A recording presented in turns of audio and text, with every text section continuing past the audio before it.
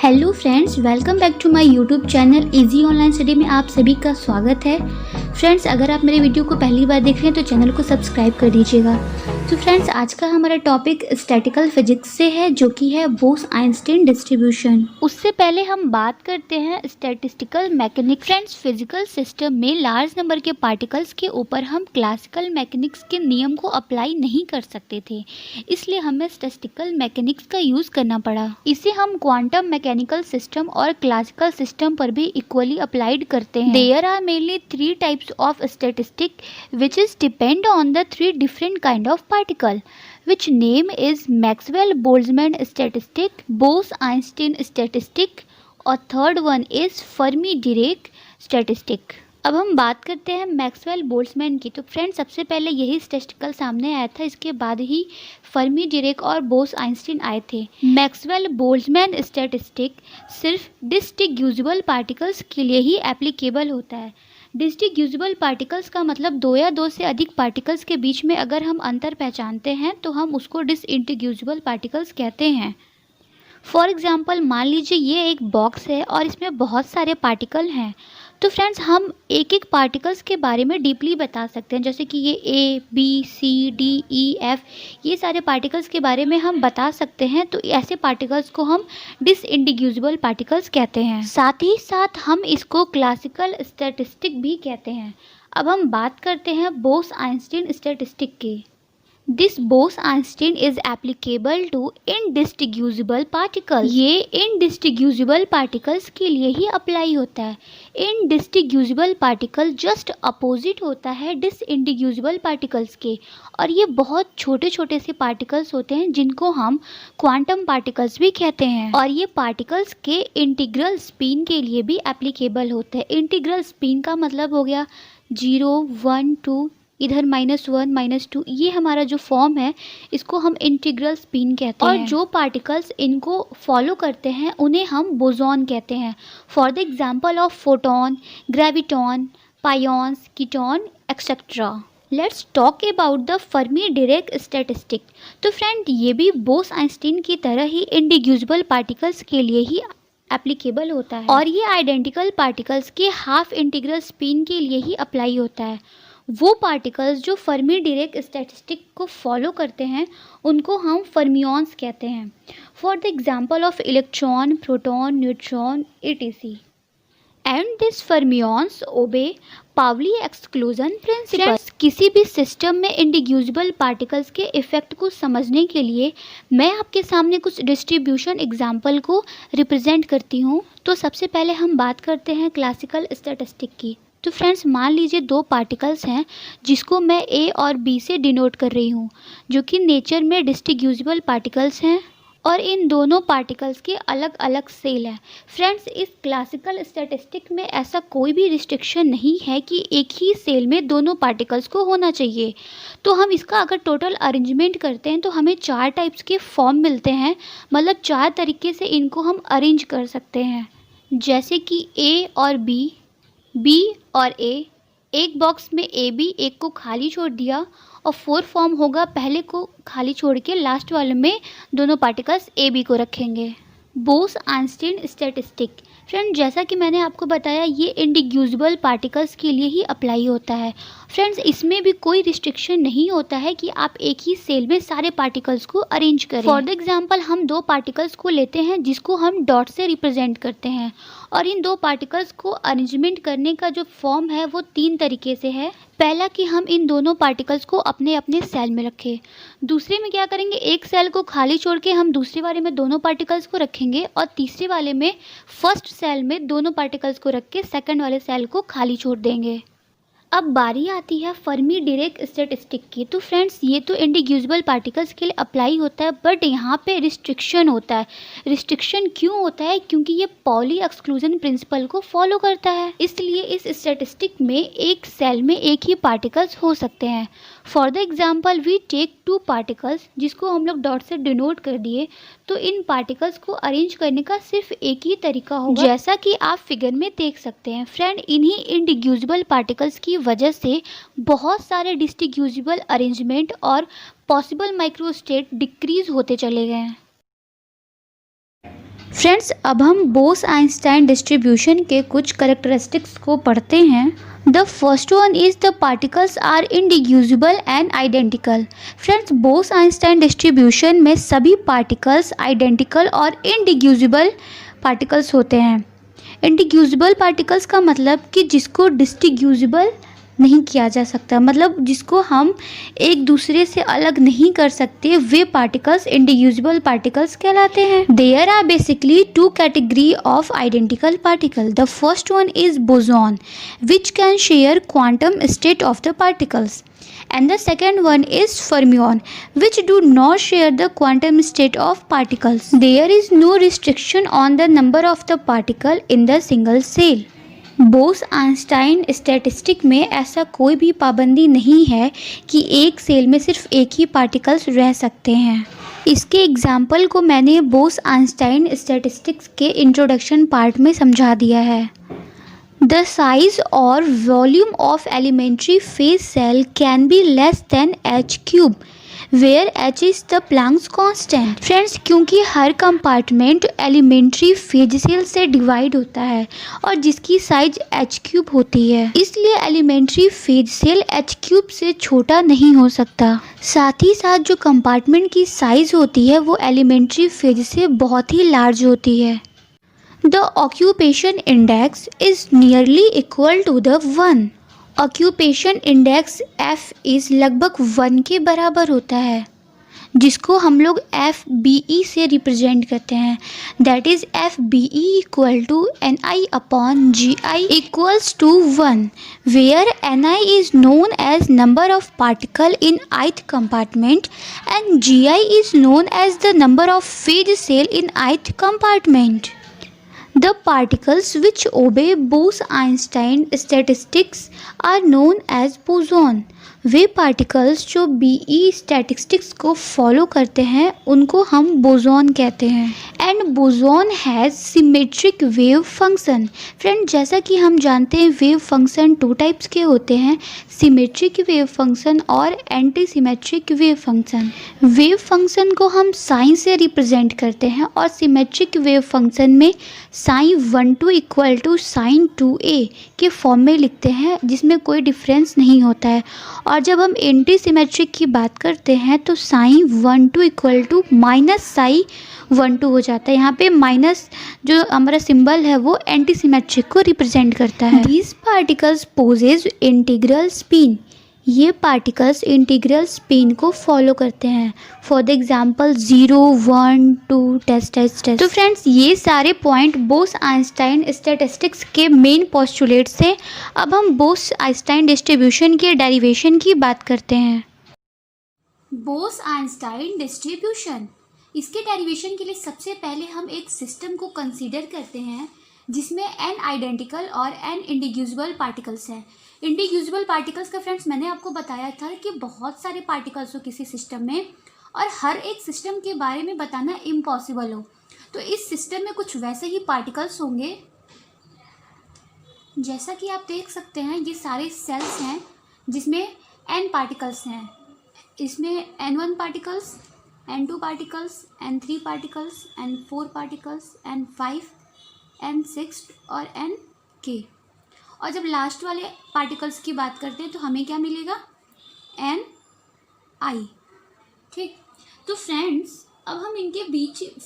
अब इन पार्टिकल्स के बीच में एनर्जी डिस्ट्रीब्यूशन को जानने के लिए हम इनके फेज सेल के वॉल्यूम को उनके लार्ज नंबर के अनइक्वल साइज के कंपार्टमेंट से डिवाइड करते हैं। क्योंकि फ्रेंड्स इसका हर कंपार्टमेंट एलिमेंट्री फेज सेल से डिवाइड हो रहा है और कंपार्टमेंट की जो साइज़ है as compare to the phase cell वो बहुत ही लार्ज है। फॉर एग्जांपल हम कह सकते हैं कि फर्स्ट कंपार्टमेंट है G1 सेल। ये कंपार्टमेंट है, इस कंपार्टमेंट का नाम है G1। ठीक, और इसमें पार्टिकल्स कितने हैं, N1 पार्टिकल्स। इसी तरह ये क्या है, G2 कंपार्टमेंट। इसमें कितने नंबर्स हैं पार्टिकल्स के, N2 नंबर्स। इस तरह जब लास्ट टर्म की बात करेंगे तो हमारा हो जाएगा GI। Friends let's consider N1, N2, N3 dash dash dash Nk तक हमारे पार्टिकल्स हैं और इनके बीच का जो मीन एनर्जी है उसको हम U1 से रिप्रेजेंट कर रहे हैं यहाँ पे, तो वो हो जाएगा U1, U2, U3, UK। ये हमारा क्या है, एनर्जी, मीन एनर्जी। तो फ्रेंड्स हमारा total number of capital N से रिप्रेजेंट कर रहे हैं, टोटल नंबर क्या हो जाएगा, N1 plus N2 plus N3, last term तक जाएंगे Nk। फ्रेंड क्योंकि सभी पार्टिकल्स आपस में प्लस के द्वारा जुड़े हुए हैं, इसलिए हम यहाँ पे समेशन का यूज़ करते हैं, tends to K N I।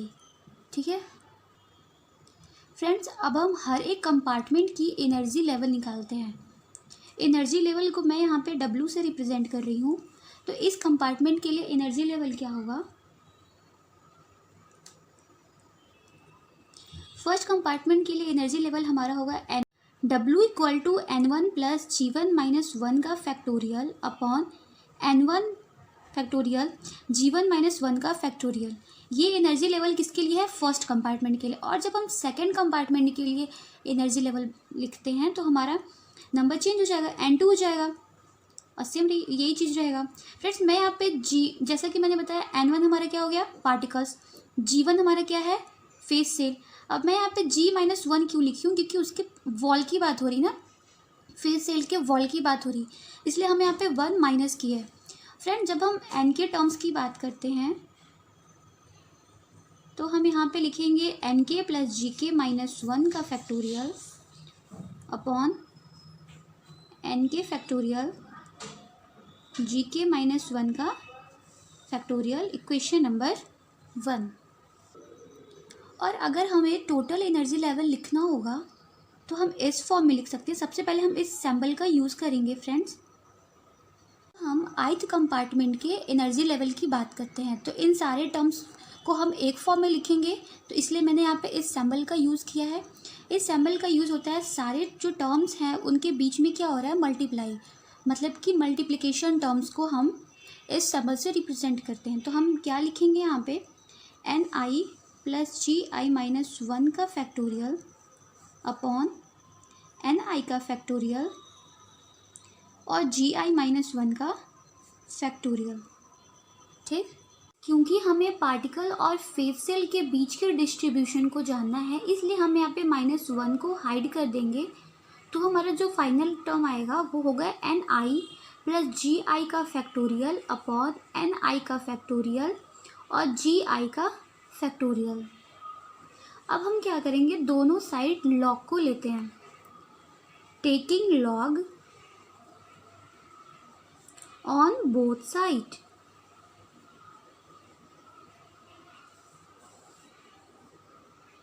Friends equation 3 में हमने दोनों साइड लॉग लिया है और इस फॉर्मूले में रखा है log a upon B. a की जगह हमने इसको और b और c की जगह n और g को रखा है।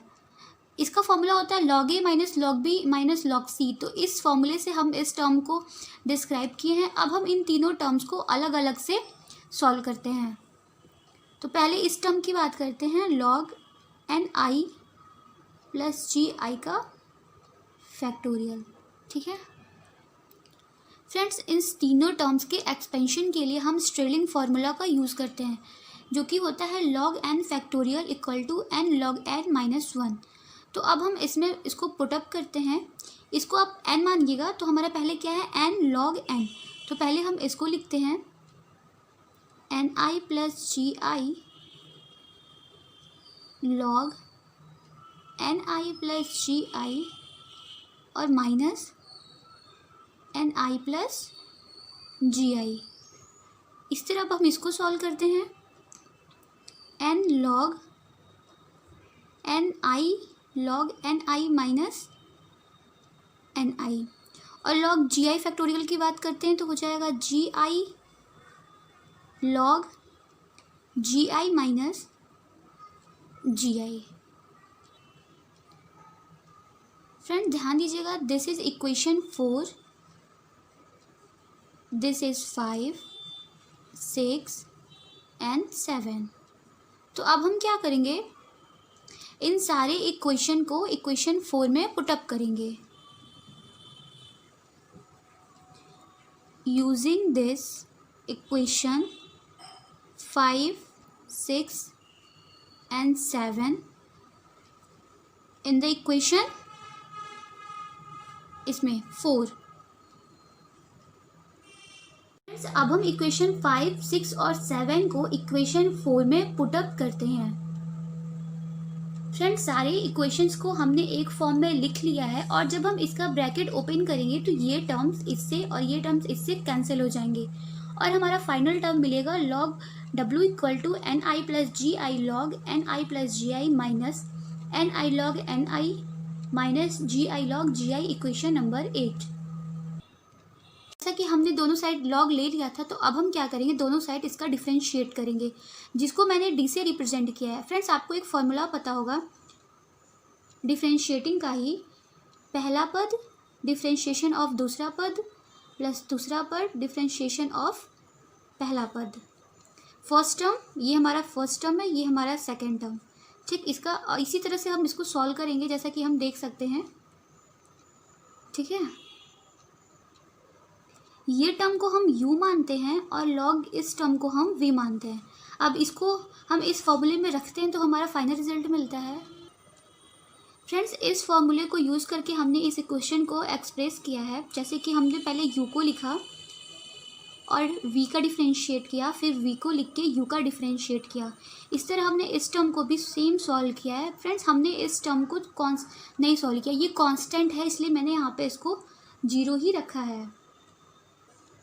मैंने इसको 0 रखा नहीं है, ये कांस्टेंट टर्म है और जब भी हम ऐसे कांस्टेंट चीज़ों का डिफ्रेंशिएट करते हैं तो उसकी वैल्यू 0 हो जाती है। अब हम इस टर्म को कांस्टेंट के इक्वल करते हैं और आफ्टर सॉल्यूशन हमें क्या मिलेगा, यहाँ पे हमने 0 पुट किया। ठीक है, ध्यान दीजिएगा।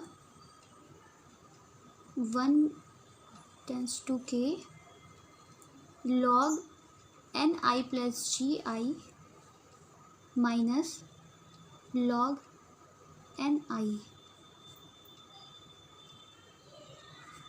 Equation number 9। यहाँ पे जितने 0 टर्म्स थे ना, मैंने उनको हटा दिया है और फाइनल टर्म्स को लिखा है। फ्रेंड्स, आप मेरे को बताओ, अब हम इसको शॉर्ट टर्म में तो लिख सकते हैं ना, जैसे कि log N I plus G I upon N आई, ऐसा लिख सकते हैं ना। अब आप पूछोगे कैसे, तो भाई एक फॉर्मूला होता है ना log का, log a minus log b को हम क्या लिख सकते हैं, log a अपॉन b लिख सकते हैं। तो यहाँ पे आप देख रहे हो log a minus log b, तो इसको क्या हो जाएगा log a अपॉन b। ठीक है, और ये क्या हो जाएगा हमारा इक्वेशन 10। फ्रेंड, 10 के बाद हमारे 2 केस अराइज हो जाते हैं जिसको सिस्टम फॉलो करता है। पहला हो जाएगा due to conservation of total number of particles. Capital N यहाँ पे टोटल नंबर ऑफ पार्टिकल है जो कि हो जाएगा कांस्टेंट, तो N equal to N I equal to constant, या हम इसको इस टाइप भी लिख सकते हैं, del N equal to integration of I del L. ठीक है, और दूसरा केस क्या हो जाएगा, दूसरा केस होगा due to conservation of energy of the system. System के एनर्जी के अकॉर्डिंग होगा, जिसको हम कैपिटल ई से रिप्रेजेंट करते हैं। कांस्टेंट हो जाएगा E equal to summation I N I U I equal to constant. N I हमारा क्या था फ्रेंड्स, पार्टिकल्स, और यू आई क्या था, फेज सेल। ठीक है, जिसको हम इस फॉर्म में भी लिख सकते हैं। ये हमारे क्या हो जाएगा इक्वेशन नंबर 2। अब हम क्या करेंगे, यूजिंग लैग्रेंजियन मल्टीप्लस टेक्निक्स। इसमें क्या होता है, हम इक्वेशन 11 में माइनस अल्फ़ा से और इक्वेशन 12 में माइनस बीटा से मल्टीप्लाई करके दोनों को ऐड करेंगे। मतलब कि इक्वेशन 11 में हम क्या करेंगे, माइनस अल्फ़ा, और इक्वेशन 12 में माइनस बीटा, और दोनों को क्या करेंगे हम फ्रेंड्स, इक्वेशन 11 और 12 में माइनस अल्फ़ा और माइनस बीटा से मल्टीप्लाई करने के बाद हमने दोनों टर्म्स को ऐड करके इक्वेशन 10 में पुटअप किया है, जैसे कि आप देख सकते हैं। और हम ये जानते हैं कि जो बीटा की वैल्यू होती है वो होती है 1/kT। तो चलिए अब हम इस फॉर्म में इसको रखते हैं, तो हमारा क्या हो जाएगा, इंटीग्रेशन ऑफ आई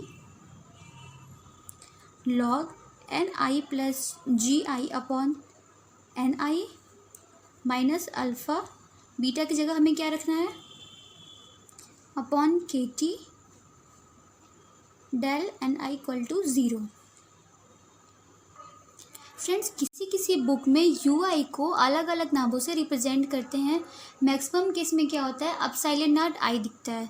तो मैं चलिए आपको उसी फॉर्म में कन्वर्ट कर देती हूँ, अदरवाइज़ आपको प्रॉब्लम होगी। तो यहाँ पे हम लिख देते हैं अपसाइलेंट नॉट आई, सॉरी नॉट नहीं रहेगा यहाँ पे,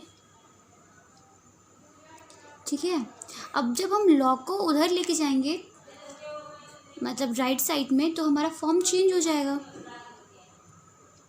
क्या हो जाएगा यहाँ पे, जी I upon N I plus इसके ऊपर चला जाएगा अल्फ़ा, और ये हो जाएगा अपॉन के टी।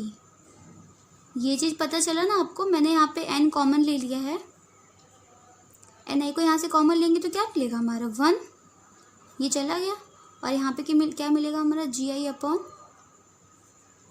ठीक है। ये टर्म मैंने यहाँ पे यूज़ किया है, कंफ्यूज नहीं होइएगा। अब हम इसको सिमेट्रिक ढंग से लिख लेते हैं। मैं +1 को इधर लेके आई तो ये माइनस में कन्वर्ट हो गया, और हम जब एन आई टर्म्स को लिखते हैं, नंबर ऑफ़ पार्टिकल्स, तो हमारा जी आई अपॉन ई के पावर अल्फ़ा डॉट ई के पावर अपसाइलेंट आई अपॉन के टी माइनस 1, जो कि हमारा फाइनल आंसर है।